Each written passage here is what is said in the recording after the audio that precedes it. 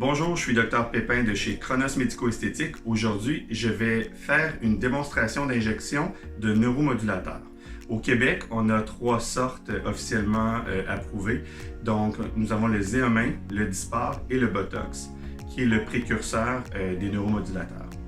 Aujourd'hui, chez la patiente, je vais utiliser le Dysport de la compagnie Galderma et on va procéder au point d'injection de la zone de la glabelle au niveau central, le frontalis, ainsi que les pas de doigts. Donc, je vais commencer par faire le marquage qui est essentiel pour savoir où injecter correctement la toxine parce que l'anatomie des gens diverge d'une personne à l'autre.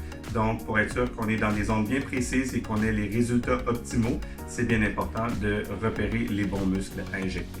À tout de suite. Donc, je vais vous demander de froncer les sourcils. Donc, on voit que le pattern de la glabelle de madame, ici, on a une bonne ligne au centre. Donc, je vais injecter 2 points de chaque côté, ainsi qu'à la base d'un muscle qu'on appelle le corrugator. Également, on va aller atteindre très superficiellement la queue de ce muscle pour qu'il y ait une bonne action relaxante. Après, j'ai fait ce qu'on appelle le test du frontalis. On fronce et on devient surprise. Pour m'assurer que le sourcil ne pique pas après nos injections, je vais aller mettre un point juste au-dessus pour relâcher le muscle et m'assurer qu'il n'y ait pas une compensation à ce niveau qui va faire un effet Mephisto, Spock, appelez-le comme vous voulez. On veut vraiment que ça ne pique pas au niveau du sourcil. On remarque également une légère asymétrie entre les deux sourcils. On espère que les injections de toxines vont corriger cette asymétrie-là. Mais si ce n'était pas le cas, dans 2 semaines, on va pouvoir procéder à des ajustements. Finalement, on va aller traiter les rides de la patte doigt de chaque côté, donc de façon très superficielle parce que c'est un muscle qui est très en surface, il n'y a pas beaucoup de gras, il n'y a pas beaucoup d'épaisseur, donc on va voir une petite papule qui va disparaître en quelques heures. Mais on augmente notre risque de faire des bleus dans cette zone-là, c'est pourquoi je vais mettre de la glace avant d'injecter pour limiter cet effet-là. Donc, je demande à la patiente d'appliquer la glace. Ça va avoir un effet analgésique, donc pour avoir moins de sensibilité lors de l'injection, on peut retirer la glace, froncer les sourcils. Donc, la peau a été au préalable bien désinfectée.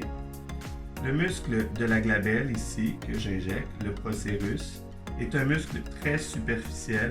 Donc, c'est important de ne pas injecter trop en profondeur pour aller chercher le maximum de fibres. Fronce à nouveau.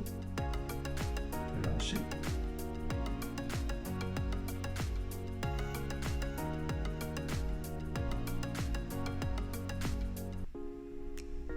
Il faut faire bien attention de ne pas monter trop haut pour aller chercher des fibres du muscle qu'on appelle le frontalis.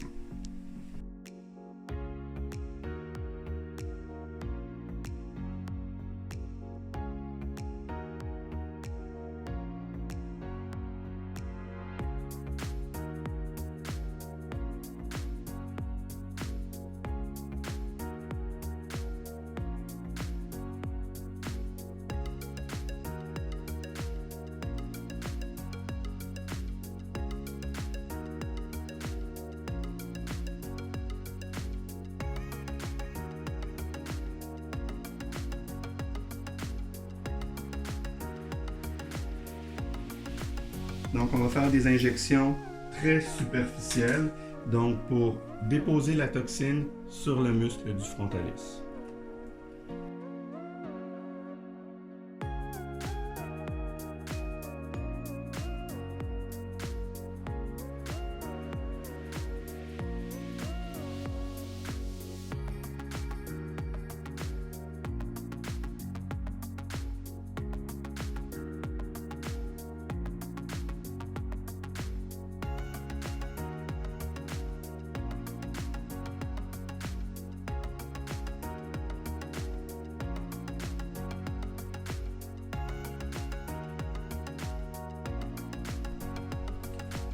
Donc, on injecte toujours l'aiguille vers l'extérieur de l'œil.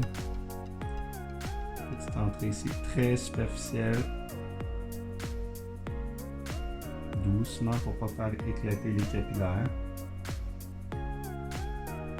Mon doigt est là pour protéger.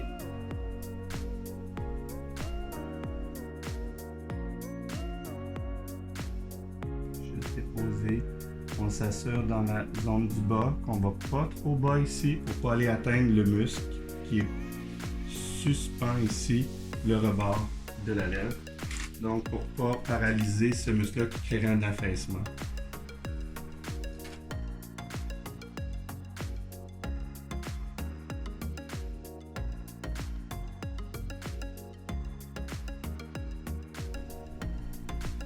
Voilà, alors on se revoit dans 2 semaines. Le traitement prend 4 à 7 jours avant d'avoir son effet et ensuite nous corrigerons s'il y a lieu dans 2 semaines.